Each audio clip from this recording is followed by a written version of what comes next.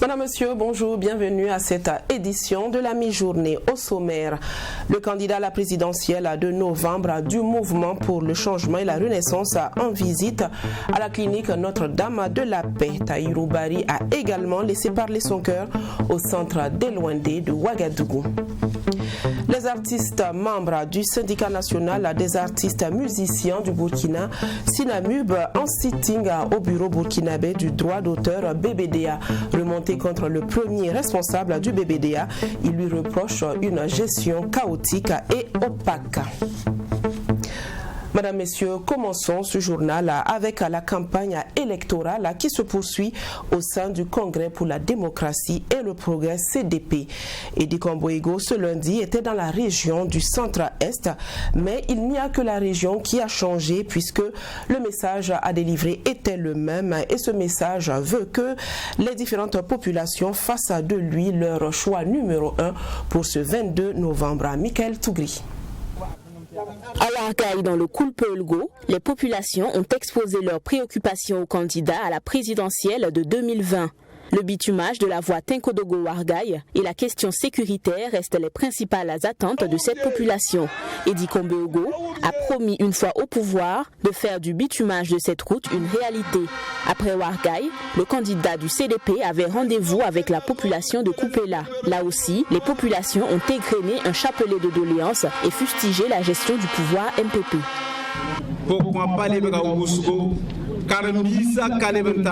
Il y a de nombreuses veuves. Les élèves aussi n'ont plus d'école. Les enseignants fuient se réfugier ailleurs. On ne reconnaît plus le Burkina Faso. Depuis que Blaise Compaoré est parti, nous vivons dans la souffrance. Le CDP va reprendre le pouvoir. C'est nous, la jeunesse du Kouritenga, qui prenons cet engagement. Jeunesse du Kouritenga,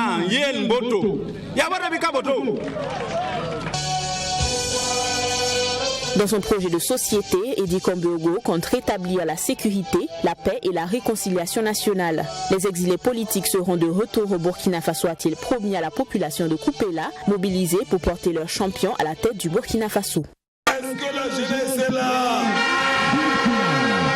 Jeunes, je vous ai mis au cœur de mon programme. Femmes, je vous ai mis au cœur de mon programme. Agriculteurs, je vous ai mis au cœur de mon programme. Développement industriel, vous êtes au cœur de mon programme. Je vous demande de vous lever comme un seul homme le jour du 22 novembre. Allez accomplir votre devoir civique, qui est le vote. Votez utile, votez CDP, votez Edi Komboego. De Tinkodogo à Koupela, en passant par Wargaï. Et c'est une population déterminée pour le retour du CDP au pouvoir, un pouvoir perdu en 2014 suite à l'insurrection populaire.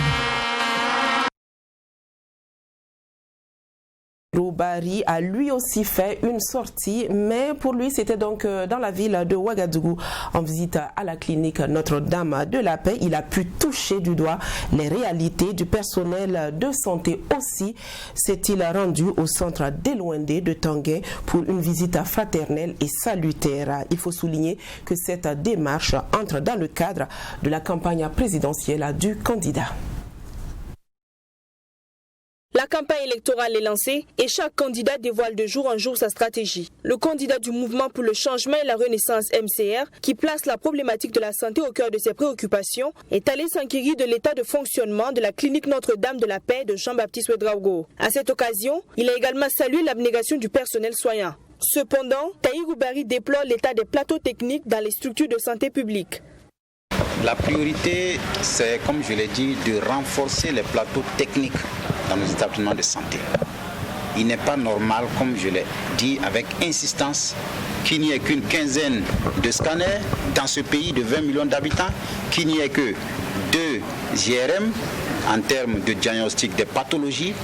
Il n'est pas normal qu'en termes de qualité des soins, il y ait défaillance, alors qu'il est du devoir de l'État, au regard du caractère social de la santé, d'aider les promoteurs des établissements de santé à avoir les équipements qu'il faut pour soigner les Burkinabés. C'est un impératif et cela nous tient fermement à cœur.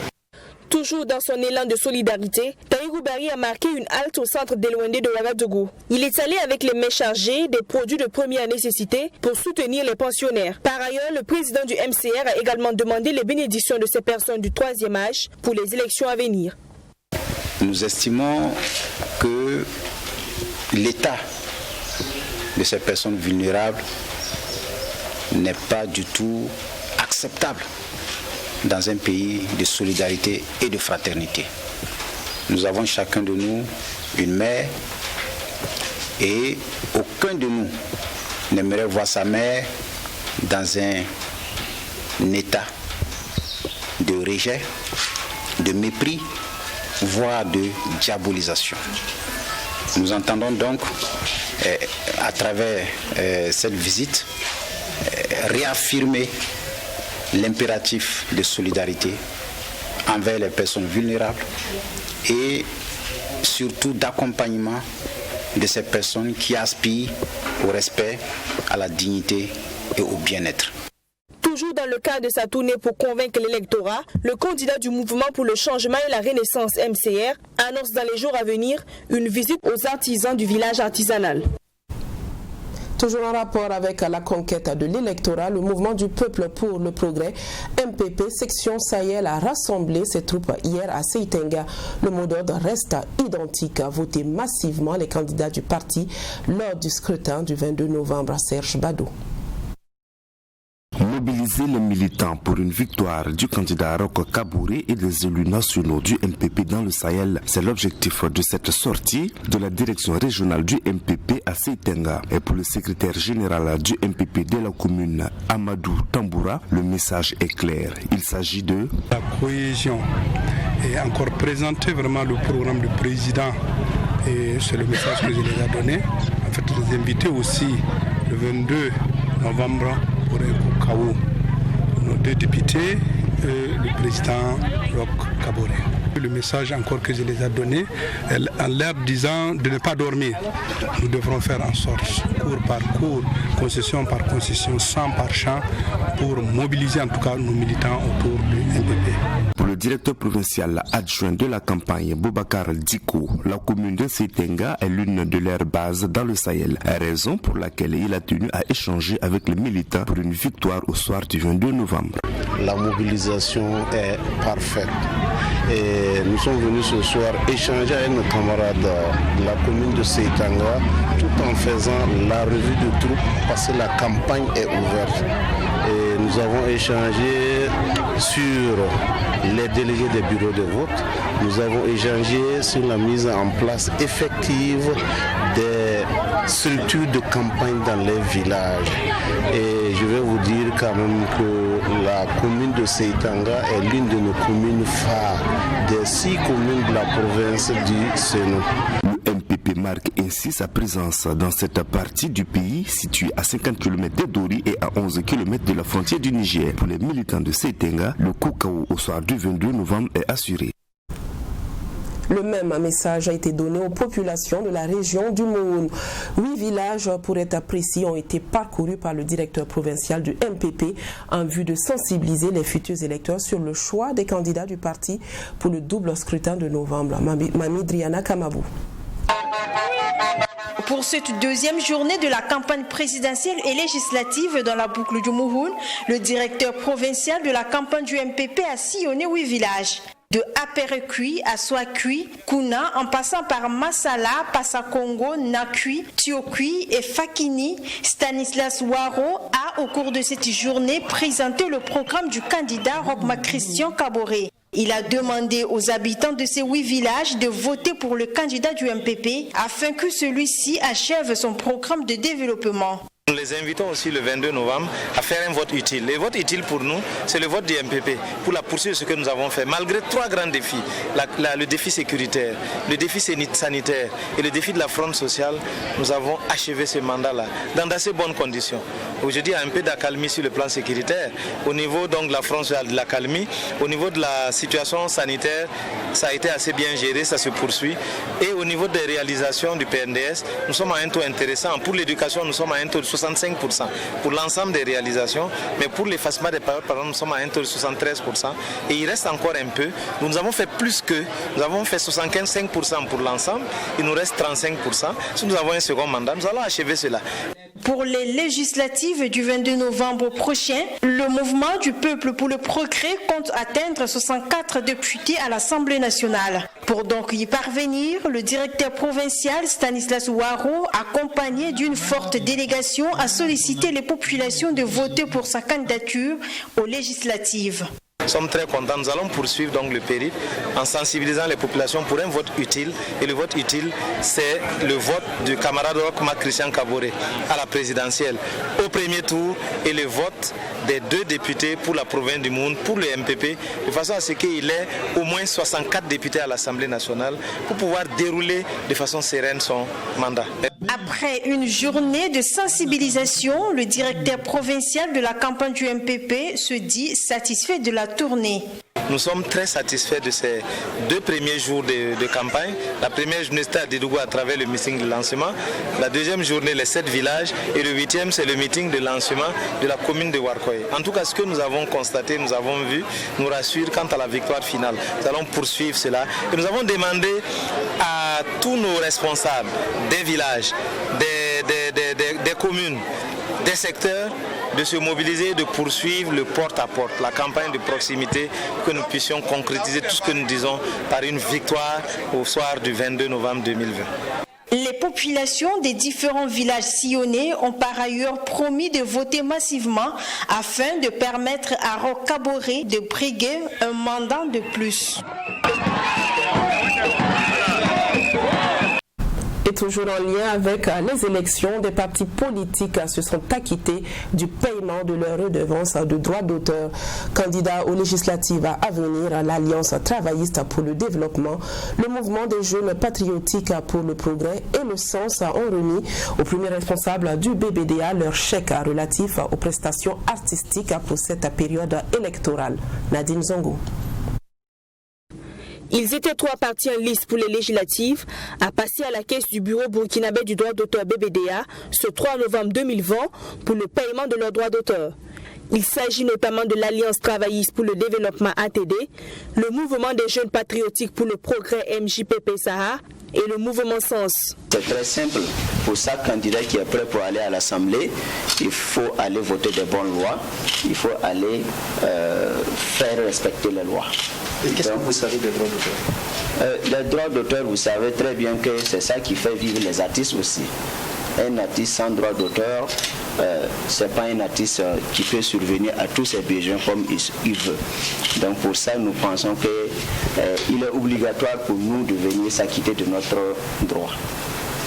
Obligation plutôt. Sur lequel notre mouvement est fondé, c'est la culture.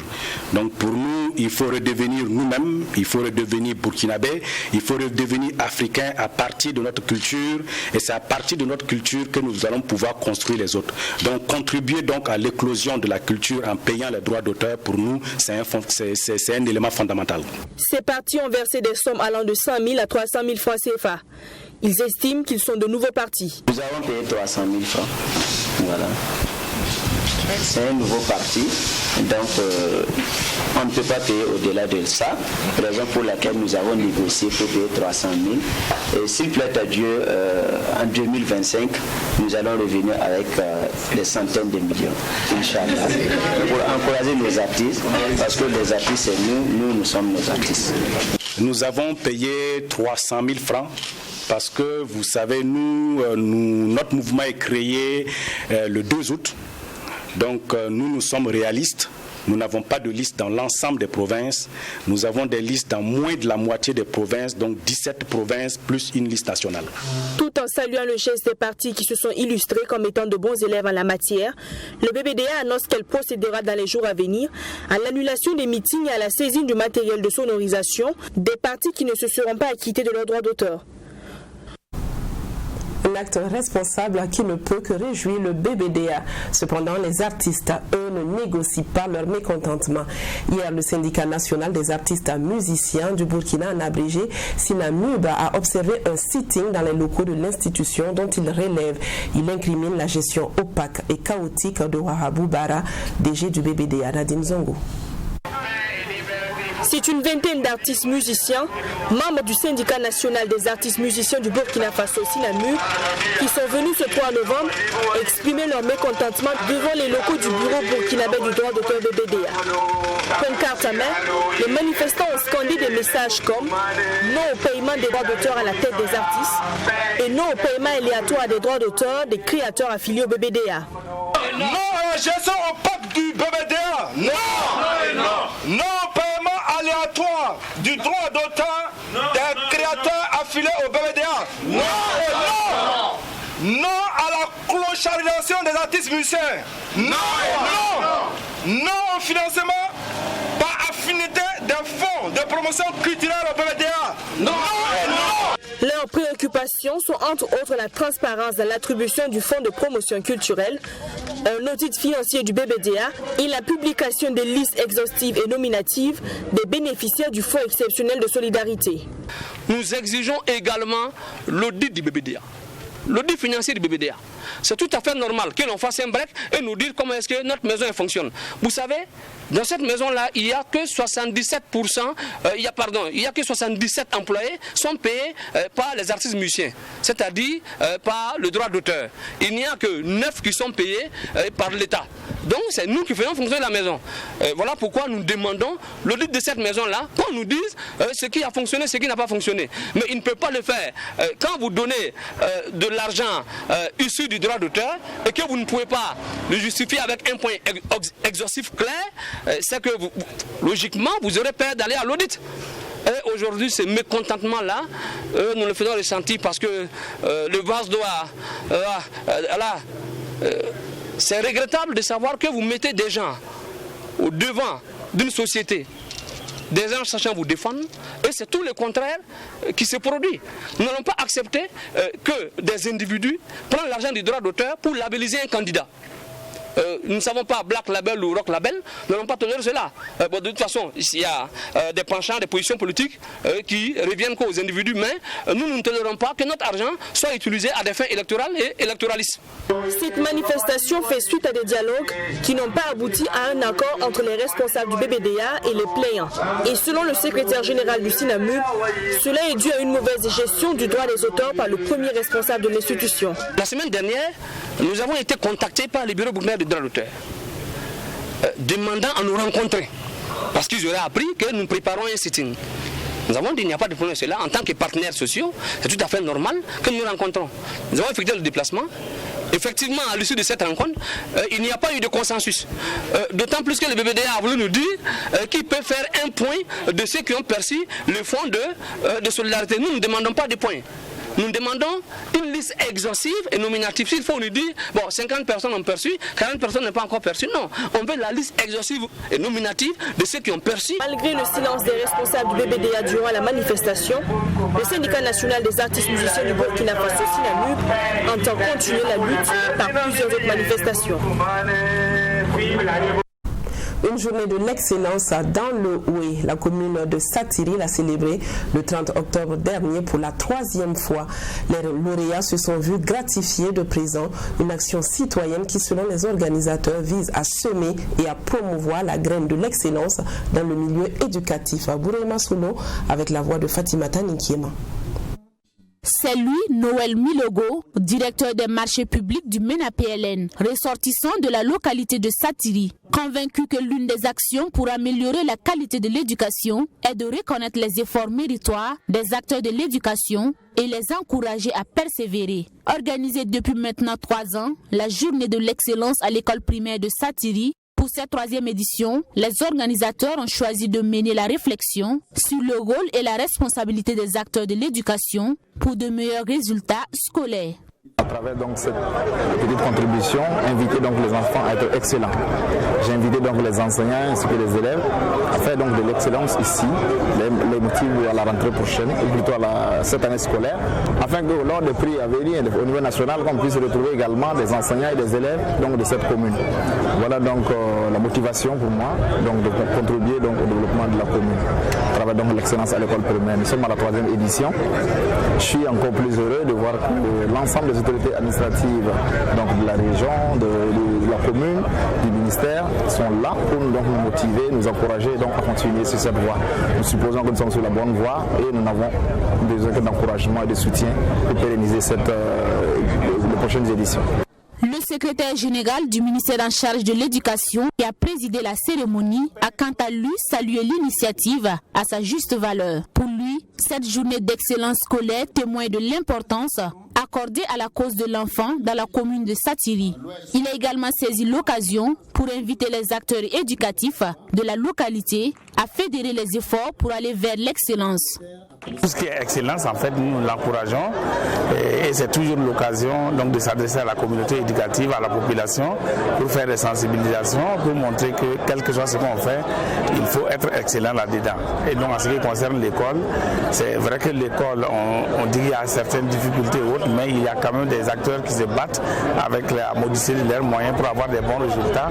Et je pense que c'est toujours important de les reconnaître et de les magnifier.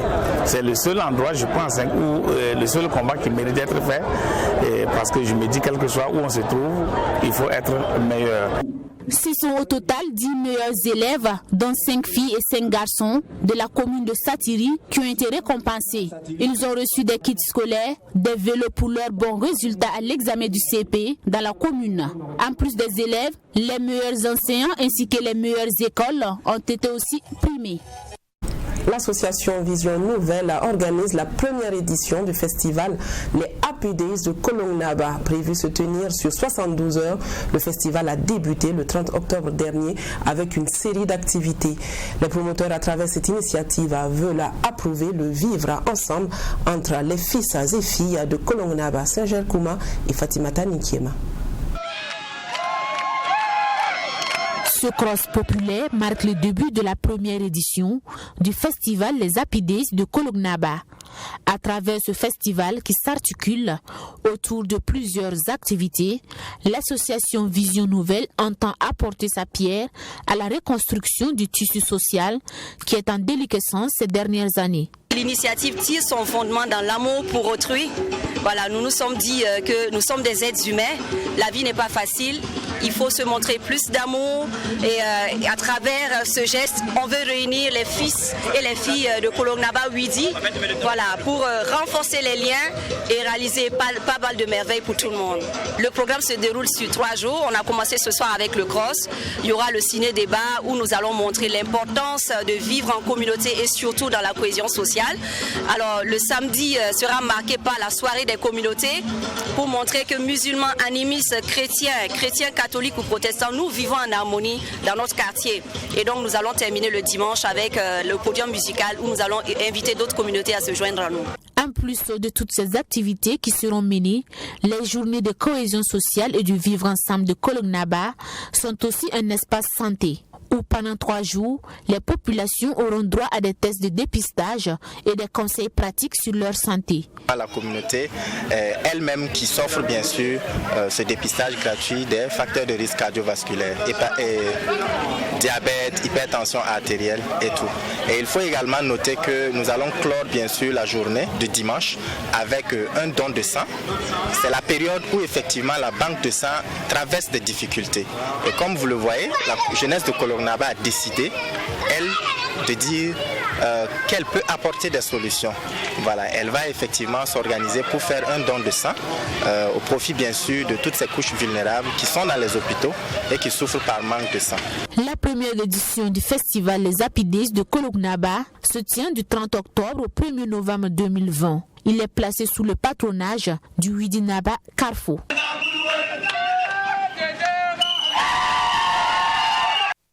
Et nous terminons avec la Côte d'Ivoire où les choses ne s'arrangent pas, c'est le cas de le dire. Les résultats provisoires des élections dernières donnés par la Commission électorale indépendante sont loin de faire l'unanimité. Pire, ce désaccord consommé pourrait être fatal pour la suite des événements et pour le pays. Suivez le reportage de notre correspondant permanent Yamba Kabri.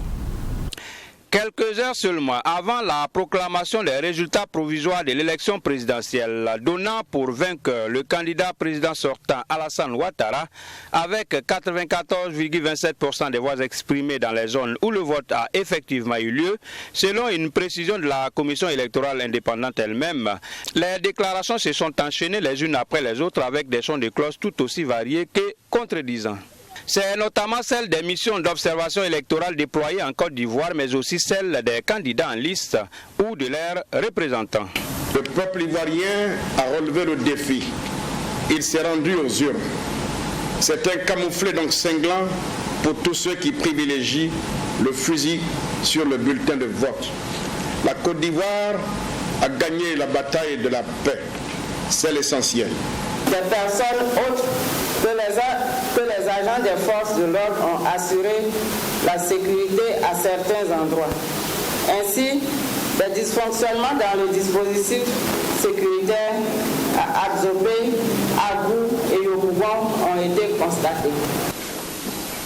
La mission a noté une participation mitigée dans les parties méridionales et centrales et une participation relativement élevée dans le nord du pays. Généralement, quand le taux de participation n'est pas suffisamment élevé, les gens risquent de peuvent penser à juste titre que la plupart des gens ne se sont pas prononcés et ça peut poser des questions, des problèmes sur l'acceptation des résultats. Donc 1052 bureaux de vote qui n'ont pas du tout ouvert. Pas du tout ouvert. C'est également et aussi surtout les points de presse intempestifs de la coalition de l'opposition ayant boycotté le scrutin avec un appel à la désobéissance civile. Les partis et groupements politiques de l'opposition annoncent la création ce jour du Conseil national de transition. Le Conseil national de transition est présidé par M. Henri Konan Bédié, président du PDCI-RDA, et de la plateforme CDRP. Entre la fermeté de l'opposition radicale, le mutisme et la cacophonie diplomatique des missions d'observation de la CEDEAO, de l'UA en passant par l'analyse critique et objective du centre Carter, se cache une élection confuse, controversée, véritablement peu crédible, dont l'issue présage des lendemains sombres pour la Côte d'Ivoire selon toute vraisemblance. La Commission électorale indépendante, CEI, a annoncé un taux de participation au-dessus de la moyenne, mais bon nombre d'observateurs ont dit avoir élevé un taux variable relativement très bas dans les régions de l'Est, de l'Ouest, du Centre et du Sud, et seulement très élevé, voire euphorique dans le Nord, ainsi que dans certaines communes populaires du district d'Abidjan, telles que Abobo et Koumassi. Fin de cette édition, je vous quitte sur cette magnifique photo de lac des hippopotames de Tengrela. Tengrela est une commune rurale située dans le département de Banfora, province de la Comoé, région des Cascades. Je vous donne rendez-vous demain à la même heure. Bonne suite de programmes sur Tri TV, la télévision interactive.